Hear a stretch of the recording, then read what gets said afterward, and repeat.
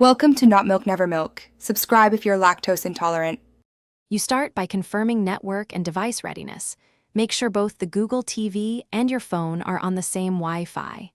Next, press the remote to access your profile icon and open settings.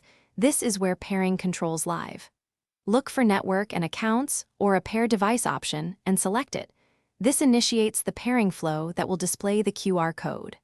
Once you trigger pairing, leave the TV screen visible while you switch to the phone's camera. Once you have settings open, navigate to the pairing option that displays a QR code on the TV. You need to use your phone's Google Home app or camera to scan it. Point the camera steadily at the TV code and wait for the phone to detect it. Confirmation prompts will appear, so tap to approve. If scanning fails, switch to manual entry. The TV often shows a numeric code you can type into the app. Make sure your phone has camera permissions enabled before scanning.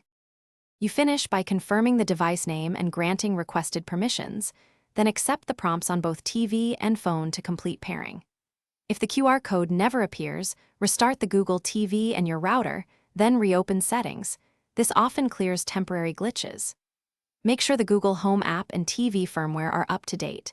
If problems persist, use the manual numeric code or, only as a last resort, consider a factory reset. This preserves time and prevents unnecessary data loss.